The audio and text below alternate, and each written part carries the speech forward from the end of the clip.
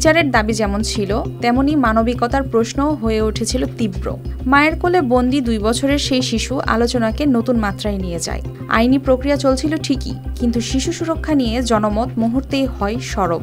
শেষ পর্যন্ত গত রোববার আদালতের সিদ্ধান্তে বদলে যায় পরিস্থিতি। জামিন মেলে নিশি রহমানের, মুক্তি মেলে তার কোলের শিশুরও। গত 2/12/2025 রাতে ঈশ্বরদীতে 8টা কুকুরছানা মারার অভিযোগে নিশি রহমান গ্রেপ্তার হন। কারাগারে নেওয়ার সময় যেতে হয় তার 2 বছরের দুধের বাচ্চাকেও। এ খবর ছড়াতেই শুরু হয় সমালোচনা। বিচার চান সবাই, কিন্তু নিরপরাধ বাচ্চাকে কারাগারে পাঠানোর বিষয়টি মানতে পারছিলেন না অনেকেই।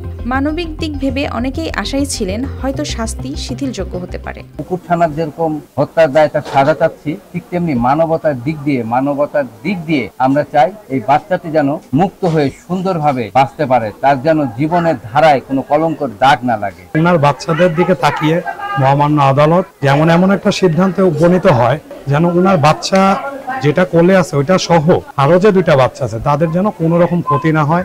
এদিকে কারাগারে স্ত্রীর সঙ্গে সন্তানকে দেখে অনেকটাই অসহায় হয়ে পড়েছিলেন হাসানুর রহমান। নিজের কাছে অন্য 2 সন্তানকে রেখে সামলাতেও হয়েছিল।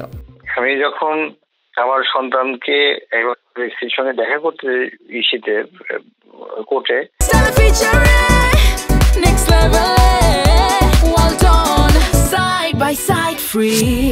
তো কথা যখন বলতেছি আমার সন্তানের সঙ্গে, আমি আমার স্ত্রীর সঙ্গে আমার সন্তানের কান্না দেখে আমি নিজেকে ধরে রাখতে পারি যে এইটুকু দুধের বাচ্চা তার কি দোষ ছিল। তার 3-4টা দিন তার বেশি আমাদের কারো খাওয়া নাই, কারো ঘুম নাই, কোনো শান্তি বলতে কোনো জিনিস নেই পরিবারের মধ্যে। যে অন্যায়টা হয়েছে সেটা কোর্টে আইনে যে বিচার যদি হয়, যে যদি দোষী হয় তার সাজা হবে। কিন্তু এর জন্য আমার দুধের শিশু 2 বছরের যে বাচ্চাটা, সে কি অন্যায় করলো? তাকে কেন জেলে যেতে হলো? আমি বাবা হিসাবে এটা কিভাবে মেনে নিব যে আমার সন্তানকে থাকবে জেলের মধ্যে?